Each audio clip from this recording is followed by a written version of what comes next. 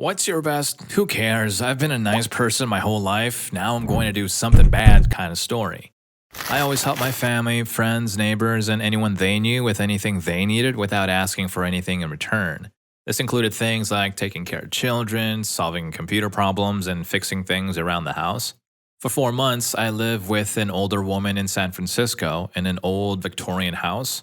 From the moment I arrived, I started fixing and replacing things around the place. I worked on the plumbing, faucets, hose, heaters, couch, toilet seat, and washing machine.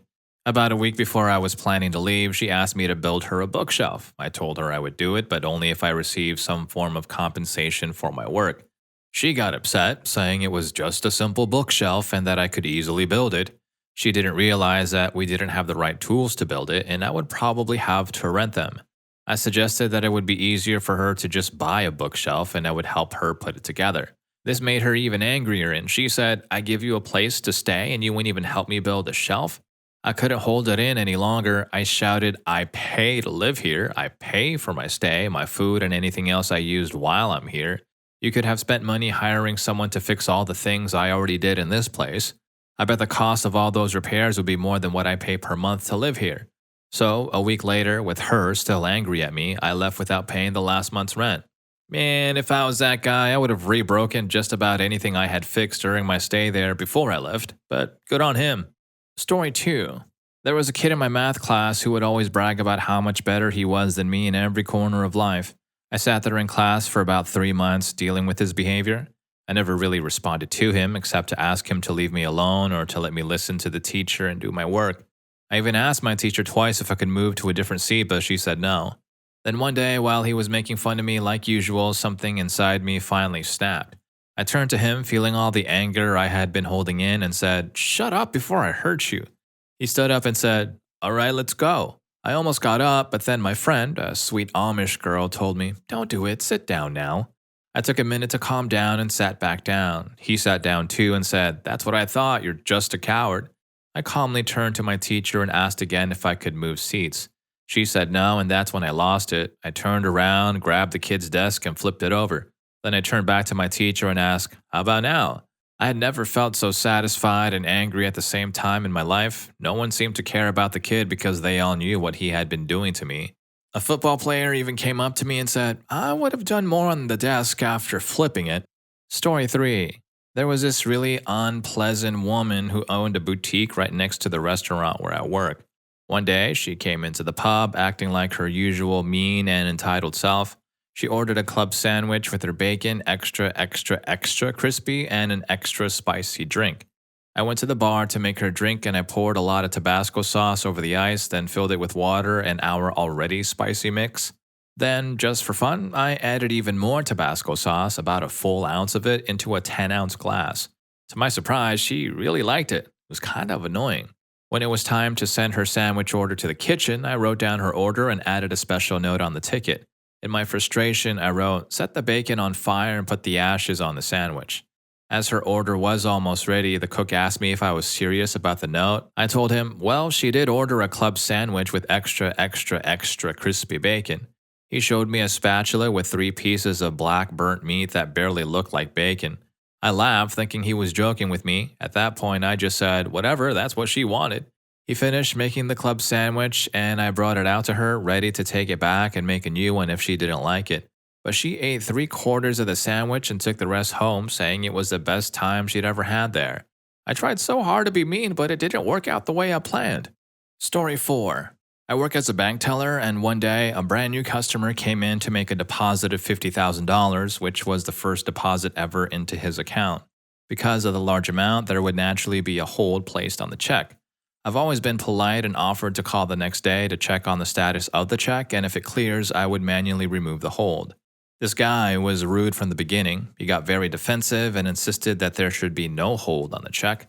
I tried to explain that I would follow up on the check and that I had a contact at the bank that issued it, but he kept interrupting me.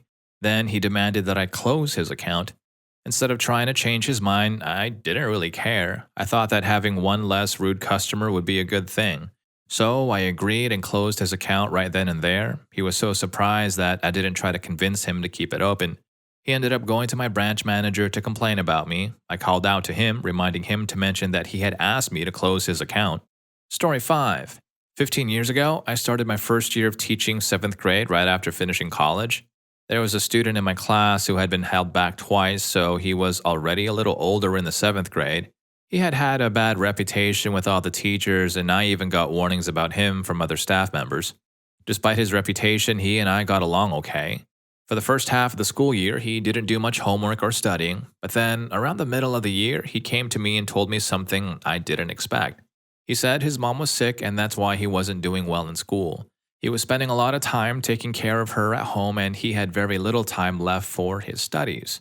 He told me he didn't want to be held back a third time, but he also had to keep up his tough image at school. He asked me not to tell any other students or teachers about his situation. I made a special arrangement with him to help him with extra tutoring and to find ways for him to earn extra credit. I told him I would pass him as long as he promised to try his best and give me as much time as he could, considering what he was dealing with at home. And he really did try hard for the next 5 months. Now, let's fast forward to the last 3 weeks of school. I don't know what I had for lunch that day, but I suddenly needed to use the bathroom really badly. As a new teacher, I didn't want to leave my class alone, but I couldn't wait any longer. I tried to find another teacher to watch my class for a few minutes, but everyone was busy and I couldn't hold it in any longer. I made a quick excuse, ran to the student bathroom, did my business as fast as I could, and went back to class thinking everything was fine. But I was wrong. It turned out that in the 2.5 minutes I was gone, the students were fooling around and one of them made a rude comment about my student's mom. According to what the 7th graders told me, my student calmly stood up, walked over to the kid who made the comment, and hurt him. What did I do when I found out? I just said, "Oh, you guys must be joking around," and continued with the class as if nothing had happened. I don't regret my decision at all. The student's mom passed away a few years later, and he still sends me email updates once in a while. He decided to become an engineer and build bridges. And just when you thought what's the worst thing that could have happened actually happens. Kudos to the teacher for siding with his student. Story 6. There was this guy named Jimmy who would hang out with my group of friends and another group. Whenever I was around, he would always pick on me, making me the target of his jokes. He would go too far and everyone else would have to tell him to stop or apologize for him, even though he never did it himself. I let Jimmy get away with this for a couple of years because I didn't like confronting people directly. But one night, things changed. My close friends and I were at a going-away party for a girl we knew, and it was at her really nice condo. It was the kind of place you see in magazines with fancy furniture and 4 bedrooms. The most important thing about the condo was the huge balcony upstairs that overlooked a big pool. There was a girl at the party named Monica who seemed interested in me. We talked a few times during the night, and my friends encouraged me to spend time with her since I had recently broken up with my girlfriend. Monica found me while I was sitting at a table on the upstairs balcony, and we were having a good time until Jimmy joined us. He started talking badly to me even though his girlfriend was there with him. He just did it because he knew he could get away with it. I tried to stay calm and not let him bother me. I asked Monica if she wanted another drink, and she was nice enough to ask if Jimmy wanted one too. As I was getting up to get the beers, I heard Jimmy say, "Hey, Michael is the group servant. He knows to get me a drink without asking." That's when I decided it was time for Jimmy to get what he deserved.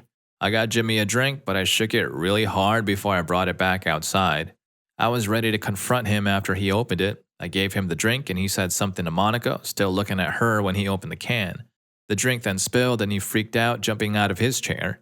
He backed into the railing and then went over the other side. He landed in the pool, but it was a really loud belly flop.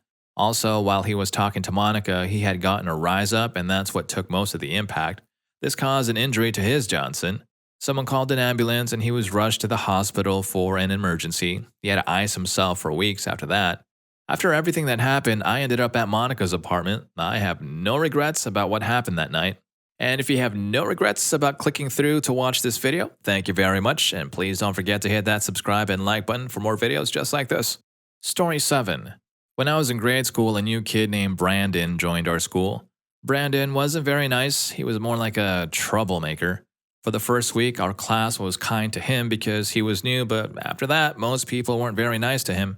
I felt sorry for him because it was clear he had a tough life, so I decided to be nice to him even though everyone else wasn't.